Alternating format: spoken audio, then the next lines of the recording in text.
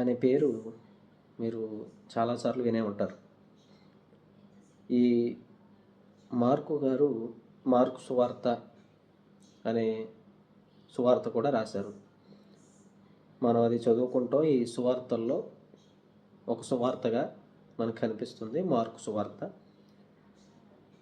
ఈ మార్కు సువార్త రాసిన మార్కు గారు ఎవరు? ఈ మార్కు గారు గురించి దేవుని గ్రంథంలో లేదా బైబిల్లో ఏ విషయాలు ఉన్నాయి, ఎంతవరకు మార్కు గారు ఏమేం పనులు చేశారు, ఆ సందర్భాలు కొంచెం కొంచెంగా మనం చూడవచ్చు. సో మార్కు గారు గురించిన విషయాలు మనం తెలుసుకుందాం. అసలు మార్కు సువార్త రాసిన వ్యక్తి ఎవరు? మార్కు మొదటిది మత్తయి సువార్త 10వ అధ్యాయము 1-4 వచనాల్లో మనం చదివితే, ఆ 12 మంది అపోస్తలుల పేర్లు ఏమనగా, మొదట పేతురు అనబడిన సీమోను, అతని సహోదరుడగు అంద్రేయ, జబదేయి కుమారుడగు యాకోబు, అతని సహోదరుడగు యోహాను, ఫిలిప్పు, బర్తొలొమేయు, తోమా, సుంకరి అయిన మత్తయి, అల్ఫయి కుమారుడగు యాకోబు, తద్దయ్యను మారుపేరు గల లెబ్బాయి, కనానీయుడైన సీమోను, ఆయనను అప్పగించిన ఇస్కరియోతు యూదా. అలాగే మార్కు సువార్త 3వ అధ్యాయం 16-19 వచనాలు, లూకా సువార్త 6వ అధ్యాయం 13-16 వచనాలు, అపోస్తలుల కార్యగ్రంథం 1వ అధ్యాయం 13వ వచనంలో చూస్తే అక్కడ అపోస్తలుల పేర్లన్నీ కనిపిస్తాయి. అయితే ఈ మార్కు అనే వ్యక్తి అపోస్తలులకి సంబంధించిన వాడు కాదు, అపోస్తలుల్లో ఒకడు కాదు అని మనం అర్థం చేసుకోవచ్చు. ఈ వచనాల్లో ఆయన పేరు కనిపించదు, మార్కు అనే పేరు. సో మార్కు అనే అతను అపోస్తలుల్లో ఒకడు కాదు, అంటే ఆ 12 మంది శిష్యుల్లో ఒకడు కాదని అక్కడ అర్థమవుతుంది ఈ వచనాల్లో మీరు చూస్తే. సో ఈ మార్కు వచ్చిన విషయాలు అపోస్తలులు కాదని మొదట తెలిసింది. అయితే ఈ మార్కు అనే పేరు మనం చూస్తే ఇంచుమించు ఇది 8 సార్లు క్రొత్త నిబంధనలో ఉపయోగించబడింది. అంటే ఆ పేరు రాయబడింది 8 సార్లు. అలాగే కొన్నిసార్లు ఏంటంటే యోహాను అనబడిన మార్క్ అని కూడా రాయబడింది. జాన్ మార్క్ అని ఇంగ్లీష్లో రాయబడుతుంది. సో ఇలా కొన్ని సందర్భాల్లో ఈ మార్కు గురించిన ప్రస్తావన లేదా యోహాను మార్కు అని సో ఇలాగా కనపడడం జరిగింది. అయితే అపోస్తలుల కార్యాలు 13వ అధ్యాయము 5వ వచనము అలాగే 13వ వచనంలో మనకి యోహాను అని అక్కడ ఈ మార్కు గారి గురించే తెలియజేయబడుతుంది. సో 5వ వచనం చదువుతున్నాను. వారు సలములో ఉండగా యూదుల సమాజ మందిరములలో దేవుని వాక్యము ప్రచురించుచుండిరి. యోహాను వారికి ఉపచారము చేయువాడై ఉండెను. అక్కడ దేవుని సువార్త ప్రకటిస్తున్నారు అంత్యోకియాలో బర్నబా గారు అలాగే పౌలు గారు, అక్కడ వారు ఉండడం జరిగింది. అక్కడ ఈ మార్కు అలాగే యోహాను ఈ మారు పేరు గల వ్యక్తి అక్కడ ఉపచారం చేస్తున్నాడు, వాళ్ళకి పరిచర్య చేసేవాడుగా అక్కడ మనకు కనిపిస్తాడు అనమాట. సో ఇక్కడ యోహాను అనే పేరు ఉపయోగించబడింది.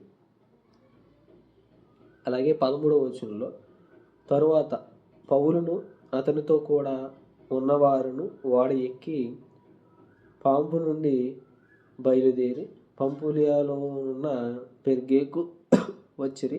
అచ్చట యోహాను వారిని విడిచిపెట్టి యెరూషలేమునకు తిరిగి వెళ్ళాను. సో ఆ ప్రదేశంలో వాళ్ళని విడిచిపెట్టి ఈ యోహాను మారు పేరు గల మార్కు యెరూషలేముకి తిరిగి వెళ్ళిపోవడం అన్నది అక్కడ చూస్తాం ఈ వచనాల్లో. సో అంటే మార్కు యోహాను అనే అతనికి 2 పేర్లు ఉన్నాయని మనం అక్కడ అర్థం చేసుకోవచ్చు. సో మార్కు అని కొన్ని చోట్ల రాయబడింది, కొన్ని చోట్ల యోహాను అని ఈ వచనాల్లో ఉపయోగించబడింది, కొన్ని చోట్ల మార్కు అనే మారు పేరు గల యోహాను అని కూడా కొన్ని వచనాల్లో తెలియజేయబడింది. సో దీన్ని బట్టి మనం అర్థం చేసుకోవచ్చు అనమాట మార్కు గారి గురించి కొన్ని విషయాలు. అలాగే ఈ 8 సార్లు రాయబడింది మార్కు అనే పేరు మాత్రమే 8 సార్లు మన కొత్త నిబంధనలో కనిపిస్తుంది. ఈ మార్కు కుటుంబం గురించి ఆలోచిస్తే అపోస్తలుల కార్యాలు 12వ అధ్యాయము 12వ వచనంలో మనం చదివితే,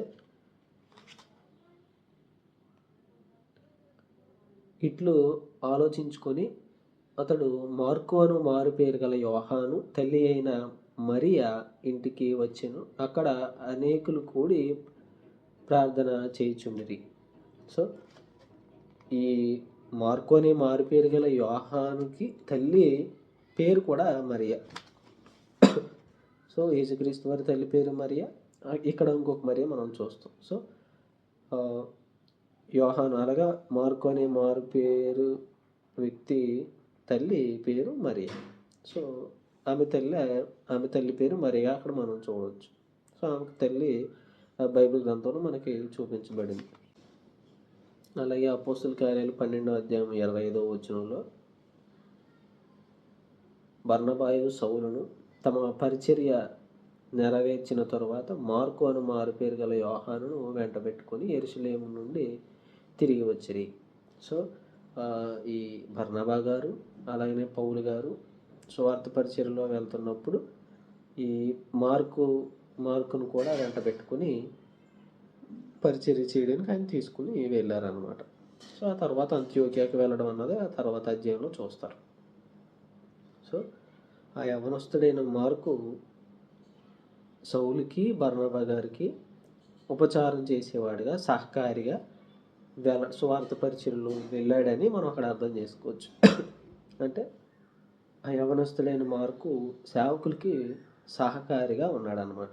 అంటే నేటి సంఘాల్లో కూడా సేవకులకి సహకారిగా ఉండే యవనస్తులు చాలా చాలా తక్కువ మంది కనిపిస్తారు.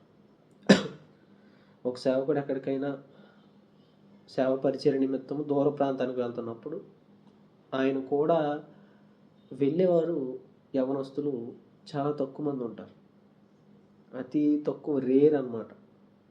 సహకారిగా ఉండి ఆయనతో పాటు వెళ్ళి కనీసం ఆ జర్నీలో, ఆ ప్రయాణంలో ఆయనకు తోడుగా ఉదయమో లేదంటే రాత్రో లేదంటే రోజంతా ప్రయాణం చేసేటప్పుడు సో ఇలా ఒక్కరోజు కేటాయించుకుని ఆ సేవకుడికి సహకరించే యవనస్తులు చాలా తక్కువ మంది ఉంటారు. కానీ ఈ మార్కు గారు సౌలు గారికి బర్నబా గారికి వాళ్ళు వెళ్ళే ప్రయాణం చేసే విధానంలో తోడుగా ఉంటూ పరిచర్య చేసే విధానంలో వారికి సహకారంగా ఉన్నాడు. ఈ రోజుల్లో మనకి కార్లు వచ్చాయి, బండ్లు వచ్చాయి, ట్రైన్లు వచ్చాయి, షిప్లు వచ్చాయి, ఏరోప్లేన్లు వచ్చాయి. వీటిలో తోడుగా వెళ్ళి ఆయనకి సహకారంగా ఉండే ప్రయత్నము చేస్తున్నావా?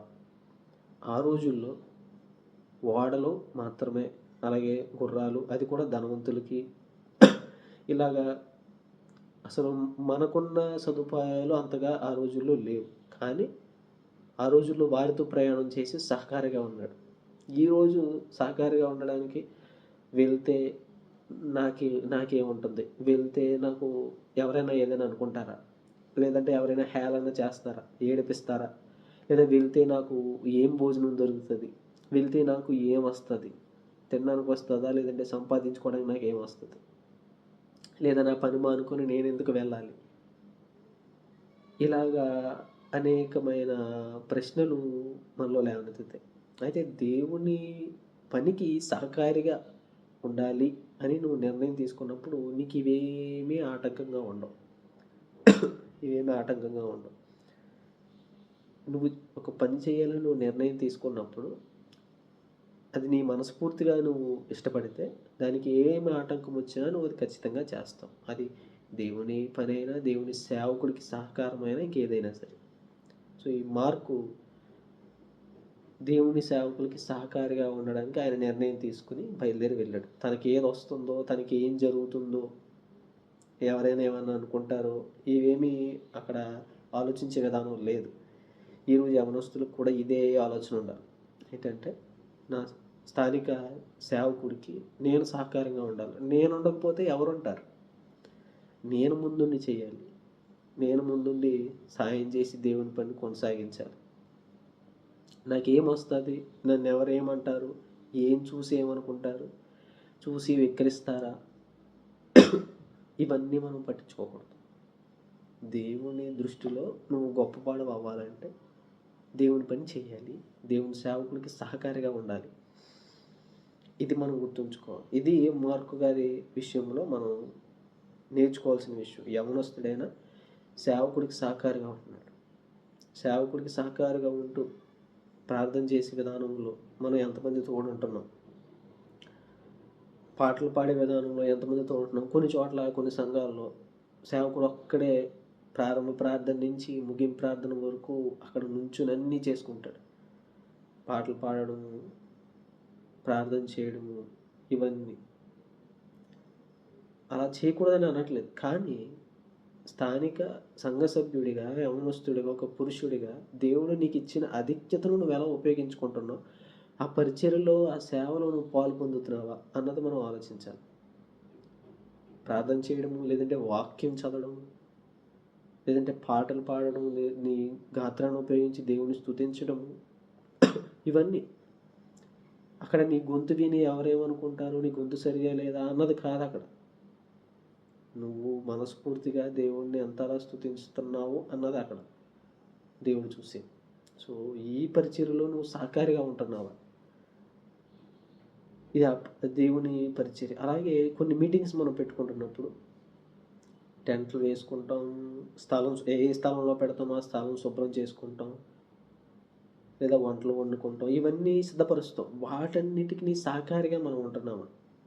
ఆ టెంట్లు తెచ్చే విధానంలో, అవి దించే విధానంలో, ఆ గిన్నెలు దించే పరిస్థితుల్లో, సమయాల్లో, ఆ టెంట దించే సమయాల్లో, ఆ టెంట్ వేసే సమయంలో, ఆ స్థలం శుభ్రం చేసే సమయంలో మనం అందరము పరిచర్య, సేవకుడికి, దేవుని పని చేస్తున్నామన్న భావంలో మనం చేస్తున్నాము.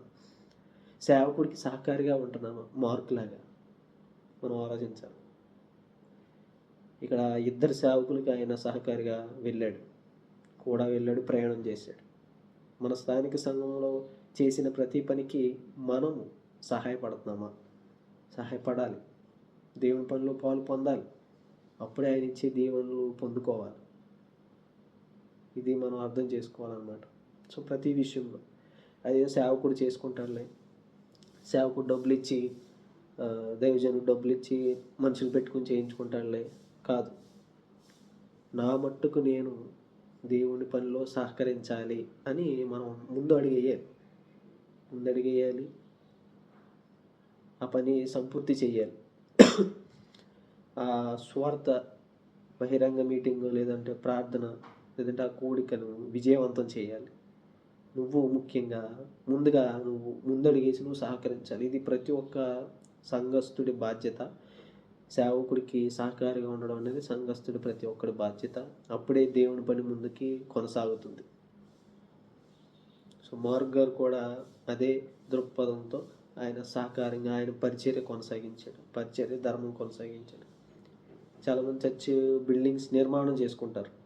ఈ చర్చ్ బిల్డింగ్ నిర్మాణంలో చాలా మట్టుకు ఒక సేవకుడే తన ధనాన్ని ఖర్చు పెట్టి ఇవన్నీ చేసి ఆయనంతా అవస్థంతా ఆయన పడతారు. కానీ చాలా తక్కువ ప్రదేశాల్లో సంఘస్థులంతా కలిసి చర్చ్ బిల్డింగ్ నిర్మాణం అన్నది వాళ్ళు మొదటి నుంచి స్థలం శుభ్రం చేయడం దగ్గర నుంచి, పునాదులు వేసినప్పుడు, ఆ పెయింటింగ్ వేసినప్పుడు, స్లాబ్ వేసినప్పుడు, ఇలా చాలా చాలా స్థానిక సంఘాల్లో వాళ్ళందరూ సంఘం అంతా వచ్చి సహకారిగా ఉండి వాళ్ళ నిర్మాణం వాళ్ళే చేసుకోవడం అన్నది చాలా అతి తక్కువ సందర్భాల్లో మనం విషయాలు చూస్తాం. అంటే వారు దేవుని పనిలో వారు పరిచారకులుగా వాళ్ళందరూ పాలు పొందారన్నమాట. పరిచర్య చేస్తున్నారు. అంటే సేవకుడు ఒక్కడే చేసుకుంటాడులే అని వాళ్ళు వదిలేయలేదు. వాళ్ళంతటా వాళ్ళు మేము పని చేయాలి, మేము పరిచర్య చేయాలి, దేవుని పనిలో భాగం అవ్వాలి అని వాళ్ళు అనుకున్నారు, చేశారు. అలా చేసేవాళ్ళు అతి తక్కువ మంది కనిపిస్తున్నారు అన్నమాట. సో మనం ఇక్కడి నుంచి అయినా దేవుని పరిచర్యలోనూ దేవుని సేవకుడికి ఈయనలాగా సహకారిగా ఉండాలని మనం అర్థం చేసుకోవచ్చు. సో ఈ ప్రయాణంలో ఆయన తోడుగా ఉంటూ వెళ్ళాడు. అలాగనే మీరు కూడా నిర్ణయం తీసుకోండి. మీకు వీలున్న సందర్భం చూసుకోండి. మీ స్థానిక సేవకుడు ఎక్కడికైనా వెళ్తున్నప్పుడు ఆయనకు తోడుగా ఉండండి. ఆయన చేస్తున్న పరిచర్యలో మీరు పాలు పొందండి. ఆయనకు సహకారిగా ఉండండి. ఆయనకు ఒక బలంగా ఉండండి. సో ఆయనకు అలా సహకారంగా ఉండడం పెద్ద కష్టమేమీ కాదు, తప్పేమీ కాదు. ఎందుకంటే ఆ సేవకుడు, గుర్తుపెట్టుకోండి, ఆ సేవకుడు మీ ఇంట్లో జరిగే ప్రతి కార్యక్రమానికి ఎండైనా వానైనా, ప్రతికూలతైనా అనుకూలం కాకపోయినా వచ్చి ఖచ్చితంగా మీకు ప్రార్థన చేసి మీ కుటుంబానికి ఆశీస్సులు ఇచ్చి ఆయన బయలుదేరతాడు. సో అది పుట్టుకైనా, పెళ్ళైనా, చావు అయినా, ఏ కార్యక్రమం అయినా, పుట్టుక నుంచి మరణం వరకు మీ మీ స్థానిక సేవకుడు మాత్రమే మీకు పరిచర్య సేవ చేస్తాడు. అటువంటి సేవకుడికి మీరు మీ పిల్లలు సహకారిగా లేకపోవడం అన్నది ఎంతవరకు సరైందో మీరు ఆలోచించుకోండి. సో మీ నిమిత్తము ఆయన ప్రతి సందర్భంలో ప్రతి సమయంలో ఆయన మీకోసం, మీ కుటుంబం కోసం ప్రయాసపడుతూ ప్రార్థన చేస్తూ ఉంటాడు. అటువంటి స్థానిక సేవకుడిని మీరు దూరం పెట్టడము, చిన్న చిన్న విషయాలకి అలగడము, దేవుని పరిచర్య వదలడము, దేవుని సేవ మానడము, ఆదివారం ఆరాధన వదలడం అన్నది అంత మంచి పని కాదు అని మీకే ఈ పాటికి అర్థమై ఉంటుంది. సో మార్కు గారిని గుర్తు చేసుకోండి, సేవకుడికి సహకారిగా ఉండడానికి ప్రయత్నం చేయండి, దేవుని పనిలో పాలు పొందండి. సో తరువాత మార్కు గారు ఇంకా ఏ విషయాలు మనకు కనిపిస్తున్నారు అంటే 13వ అధ్యాయము 5వ వచనం అపోస్తుల కార్యాల్లోనే అక్కడ పరిచారకుడు, సహాయకుడు, కొన్ని ట్రాన్స్లేషన్లో సహాయకుడు, పరిచర్య చేసేవాడు, సేవ చేసేవాడు ఇలా ఉపయోగించారు ఈ మార్కు అనే మారుపేరు గల యోహాన్ని. సో ఆయన ఏ విధంగా చూసినా ఆయన పరిచర్య చేసేవాడుగా అక్కడ కనిపిస్తున్నాడు. పౌలు గారికి, బర్నబా గారికి వాళ్ళు సువార్త చేస్తున్నప్పుడు వాళ్ళకి సేవకుడుగా అక్కడ ఆయన ఈ వాక్యంలో మనకు కనిపిస్తాడు. అలాగే 13వ అధ్యాయం 13వ వచనంలో కూడా ఆయన యెరూషలేముకి తిరిగి వెళ్ళిపోవడం అన్నది చూస్తాం. అంటే ముందు ఈ సేవకులకి సహకారిగానే వెళ్ళాడు, పరిచర్య చేశాడు, తర్వాత యెరూషలేముకి తిరిగి వెళ్ళిపోయాడు. అంటే సువార్త ప్రయాణం నుంచి వెనక్కి తిరిగాడు. అంటే ఆయన ఎందుకు వెనక్కి వెళ్ళాడు, ఏ కారణం చేత వెనక్కి వెళ్ళాడో మనకు అక్కడ తెలియజేయబడలేదు. దానికి ఆరోగ్య సమస్యల, ఇంట్లో ఇబ్బందుల, ఇవేమీ అక్కడ తెలియజేయబడల. కానీ పరిచర్య చేయడానికి వచ్చిన అతను కొంతకాలం అయిన తర్వాత ఆయన తిరిగి వెళ్ళిపోవడం అన్నది జరిగింది. యెరూషలేముకి తిరిగి వెళ్ళిపోయాడు తన ఇంటికి, తన గృహానికి. అంటే ఇలాగే మనం మొదట దేవునిలో చేరతాం, సంఘంలో చేరతాం, పరిచర్య చేయాలని నిర్ణయం తీసుకుంటాం, ఇవన్నీ అనుకుంటాం. కొన్ని రోజులు బాగానే చేస్తాం, తర్వాత ఏంటంటే వెనక్కి తిరిగి వెళ్ళిపోతాం. ముందు నిర్ణయం తీసుకుంటాం ప్రార్థన చేయాలని, ఇప్పుడు ప్రార్థన చేయాలని నిర్ణయం తీసుకుంటాం. ప్రార్థన కొన్ని రోజులు చేసి మరలా ఏమవుద్దంటే ఆ తర్వాత ఏదో ఒక రోజు నుంచి ప్రార్థన అనేది తగ్గిపోతూ పోతుంది, మొత్తానికి పోతుంది, చెయ్యం ఇంక మళ్ళీ. అలాగే పరిచర్య చేయాలి, సంఘంలో చేర్చబడతాం, క్రీస్తులో ఉండాలనుకుంటాం. మనకి ఏదైనా ఇబ్బంది జరిగినప్పుడు, లేదా మనం అనుకున్నది జరగనప్పుడు దేవుని విడిచిపెట్టి వెళ్ళిపోతూ ఉంటాం, వెనక్కి తిరిగి వెళ్ళిపోతూ ఉంటాం. ఈ సందర్భాలు జరుగుతాయి. అలాగే పరిచర్యలో లేదా బైబిల్ కాలేజీలో చదివేవారు ఎవరైనా సరే చదువుదామని వెళ్తారు, కానీ ఎక్కువ కాలం చదవరు. ఒక సెమిస్టర్ చేస్తారు, లేదంటే ఒక సంవత్సరం చేస్తారు, డిస్కంటిన్యూ అయిపోతారు. జనరల్ కాలేజ్, సెక్యులర్ ఎడ్యుకేషన్లో కూడా చాలామంది ఈ పరిస్థితిలో ఉంటారు. జాయిన్ అవ్వడం చదువుదామని, కానీ స్టడీని కంటిన్యూ చేయరు, డిస్కంటిన్యూ చేస్తారు. సో మధ్యలోనే వాళ్ళు వదిలేయడం అన్నది జరుగుతుంది. అంటే కార్యం ప్రారంభం బాగానే ఉంటుంది, కానీ కార్యాంతము మేలుగా ఎక్కడ చాలా మందిలో కనిపించదు అనమాట. సో మధ్యలోనే వదిలేస్తారు. ఇలాగే మార్కు గారు కూడా ఆయన తిరిగి వెళ్ళిపోవడం అన్నది యెరూషలేముకి పరిచర్య చేసిన తర్వాత ఆయన ఆ ప్రయాణం నుంచి తిరిగి వెనక్కి వెళ్ళిపోవడం అన్నది మార్కు గారు సందర్భంలో చూస్తాం. సో ఇలాగే దేవుని సేవకుడికి సహకారిగా ఉండాలని నిర్ణయం తీసుకుని మధ్యలో మనము వెళ్ళిపోకూడదు అనమాట. అంటే మధ్యలో విడిచిపెట్టి మనం వెళ్ళిపోకూడదు అన్నది గుర్తుంచుకోవాలి. ఒకవేళ మనకి ఏదైనా అత్యవసరంగా ఉంటే కుటుంబంలో కానీ ఇంకా ఏదైనా ఇబ్బంది అయితే మనం వాళ్ళకి చెప్పి తిరిగి వెళ్ళే ప్రయత్నం చేయాలి, లేదంటే ఇంకొకరిని ఎవరినైనా అప్పగించి మనం వెళ్ళే ప్రయత్నం చేయాలి. ఎందుకంటే సహకారిగా మనం ఒక్కలే వచ్చినప్పుడు ఆ సేవకుడికి అక్కడే మధ్యలో ఒక్కడనే వదిలేసి వెళ్ళిపోవడం అంటే చాలామంది పెద్ద వయసు వాళ్ళు ఉంటారు, వాళ్ళు ఇబ్బంది పడతారు.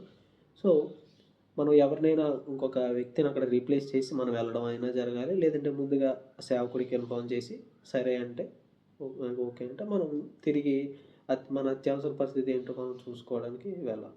సో, మొదట నిర్ణయం తీసుకొని ఏ కారణం లేకుండా అయితే మనం తిరిగి వెళ్ళిపోకూడదనమాట. అది మనం గుర్తుంచుకోవాలి. ఇక్కడ ఏ కారణం చేత మార్క్ గారు వెళ్లారో తెలియజేయబడలేదు. అంటే అంటే మనం అర్థం చేసుకోవాల్సిన విషయం ఏ కారణమో పక్కన పెడితే ముందు మనం దేవుని పని చేయాలని నిర్ణయం తీసుకున్నప్పుడు అది ఖచ్చితంగా మనం సంపూర్తి చేయాలి. మధ్యలో వదిలేసి మనం ఏం చేయకూడదంటే వెనక్కి వెళ్ళిపోకూడదు అని మనం గుర్తుంచుకోవాలన్నమాట. మనం ఇల్లు నిర్మాణం చేసుకుంటాం. దాన్ని మధ్యలోనే వదిలేసి ఆ ఇంట్లోకి వెళ్ళిపోం. సంపూర్తిగా నిర్మాణం చేసుకున్నప్పుడు మనం ఇంట్లో వెళ్ళి నివసిస్తాం. ఒకవేళ డబ్బులు లేకపోయినా కొంతమంది సగం నిర్మించుకుని అందులో ఉంటూ తర్వాత ఇంకెప్పటికీ అలాగనే ఉండిపోతారంటే లేదు. డబ్బులు సంపాదించుకుని మరలా దాన్ని పూర్తిగా నిర్మించుకుని మళ్ళీ అందులో ఉంటారనమాట. సో, మనం అదే చేయాలి. కానీ ఇక మార్క్ విషయంలో కూడా అదే జరుగుతుంది తర్వాత.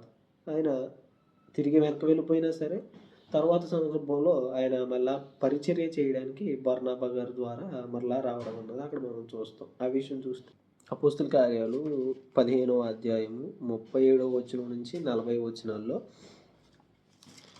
ఆ సందర్భం మనకు కనిపిస్తూ ఉంటుంది. 37 నుంచి చదువుతున్నాను.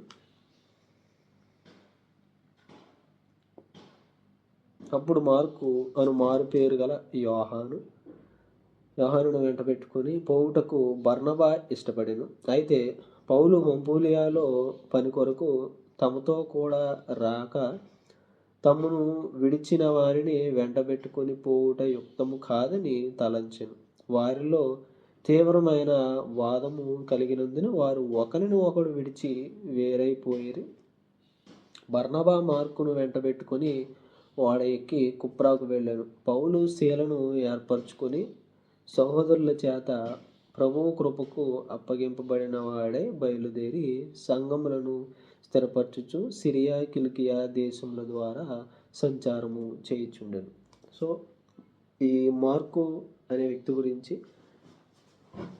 ఈయన మరలా పరిచర్య నిమిత్తము బర్నబా గారి ద్వారా తీసుకురావడం జరుగుతుంది. సో, ఈయన వచ్చినప్పుడు ఈ పౌలు గారికి బర్నబా గారికి డిస్కషన్ జరుగుతుంది. అంటే మధ్యలో మనల్ని విడిచిపెట్టి వెళ్ళిపోయిన ఈ మార్కును మరలా మనం చేర్చుకోవడం అన్నది అంత మంచి విషయం కాదు. ఒకవేళ తర్వాత కూడా ఇబ్బంది కలగవచ్చు మనకి అన్న ఉద్దేశంతో పౌలు గారు మాట్లాడుతున్నారు. వాళ్ళు బర్నబా గారి మధ్య పౌలు గారి మధ్య వాదనలు జరిగాయి. ఏంటంటే ఆయన్ని తీసుకెళ్ళవద్దు, తీసుకెళ్తే మరలా ఇలాగే జరగవచ్చు అని పౌలు గారి వాదన. బర్నబా గారు తీసుకుని వెళ్ళి అతనికి మరొక అవకాశం ఇద్దామని ఈ బర్నబా గారి వాదన. సో, బర్నబా గారు దేవునిలో అతనికి ధైర్యపరచడానికి, ఉత్తేజపరచడానికి, మరొక అవకాశం ఇవ్వడానికి బర్నబా గారు చూస్తున్నారు. పౌలు గారు దేవుని పరిచర్యలో మరలా ఆటంకం కాకుండా దేవుని పరిచర్య ముందుకు కొనసాగాలని పౌలు గారు చూస్తున్నారు. సో, వీరి వాదన ఇలా జరగగా వాళ్ళు తరువాత ఎవరి దారిని వాళ్ళు పరిచర్య చేయడానికి పౌలు గారు శీలను తీసుకుని బర్నబా గారు మార్కుని తీసుకుని వెంటబెట్టుకుని వేరే వేరే ప్రాంతాలకు వెళ్ళి సువార్త పరిచర్య మొదలు పెడతారనమాట. ఇక్కడ మనం చూస్తే అక్కడ వాళ్ళు గొడవ పడడం అని కాదు కానీ దేవుని పరిచర్య విషయమై ఆటంకం కాకూడదని పౌలు గారు, అలాగనే దేవుని పరిచర్యలో మరొక అవకాశం ఇవ్వాలని బర్నబా గారు అక్కడ ఆలోచిస్తున్నట్టు మనం చూడవచ్చు అనమాట. సో, ఎవరైనా ఏ విధంగా అయినా అక్కడ పరిచర్య అనేది దేవుని సువార్త అనేది అక్కడ జరిగింది. అలాగని పౌలు గారు అక్కడ ద్వేషం పెంచుకున్నారని కాదు. అలాగే కొన్ని సందర్భాల్లో ఆయన రోమాలో జైల్లో ఉన్నప్పుడు ఈ మార్కును కలవడానికి ఆయన ఇష్టపడినట్టు మనం చూస్తాం. తిమోతికి రాసిన 2వ పత్రిక 4వ అధ్యాయం 11వ వచనంలో ఆ విషయాన్ని అక్కడ మనకి తెలియజేయబడుతుంది అనమాట. సో, మార్కు గారిని ఆ జైల్లో ఉన్నప్పుడు సౌలు గారు చూడడానికి రమ్మని తిమోతి గారి పత్రికలో ఆయన ఆ విషయాన్ని రాశారు. సో, అక్కడ ద్వేషపూరితమైన విధానం ఏమి ఆయనలో అక్కడ కనిపించదని మనం అర్థం చేసుకోవాలి. సో, మార్కు గారు తన పరిచర్య సేవకులతో సహకారిగా ఉంటూ పరిచర్య చేశాడు. అలాగే తిరిగి యెరూషలేముకి వెళ్ళిపోయాడు ఏదో సందర్భంలో. మరలా దేవుని పరిచర్య చేయడానికి బర్నబా గారి ద్వారా ఆయన రావడం అనేది జరిగింది. ఆయన మార్కు సువార్త అనేది రాశాడనమాట. సో, సేవకులకి మనం సహకారిగా మార్క్ గారిలా ఉండాలి. ఒకవేళ మన ఇబ్బందులు, సమస్యల వలన మనం తిరిగి దేవుని పరిచర్య గాని, సేవ గాని చేయకుండా వెనక్కి వెళ్ళిపోయే పరిస్థితి ఉన్నా, మరలా మనం దేవుని సేవ పరిచర్య చేయడానికి ఖచ్చితంగా ముందడుగేయాలి. ముందుకు రావాలి. సో, అలా మనం వచ్చి దేవుని పరిచర్య ముందుకు కొనసాగితే దేవుడు మనల్ని ఉపయోగించుకొని ఎన్నో కార్యాలనేవి చేస్తారు. మార్క్ గారిని ఉపయోగించి మార్కు సువార్తే ఆయన చేత రాయించి అనేక మంది ప్రజలకి అది వినిపింపజేసి, చదివింపజేసి అనేక మంది మారడానికి ఆయన్ని ఉపయోగించుకున్నారు. సో, మనంతట మనం ఒకవేళ మనల్ని మనం తక్కువ చేసుకొని మనం ఏం చేయలేము. సేవకుడికి సహకారిగా ఉండలేము. మనం ప్రార్థన చేయలేము, పాటలు పాడలేము, వాక్యం చదవలేము అని వెనకబడిపోకుండా మనం ముందడుగేసి ఈ సేవకుడికి సహాయం చేయాలి. దేవుని పరిచర్యలో పాలు పొందాలి. మనం చదువుతూ నేర్చుకుని దేవుని వాక్యం చదువుదాం. పాటలు నేర్చుకుని దేవుణ్ణి మహిమపరుద్దాం. అలాగే పరిచర్యల్లో, వీధి సువార్తల్లో, వంట కార్యక్రమాల్లో, స్థలం శుభ్రం చేయడంలో, చర్చ్ బిల్డింగ్ నిర్మాణాల్లో మన వంతు మనం సహాయంగా ఉంటూ, దేవుడు సహకారంగా ఉంటూ, ఉపచారం చేస్తూ, పరిచర్య చేస్తూ మనం ముందుకి కొనసాగగలం.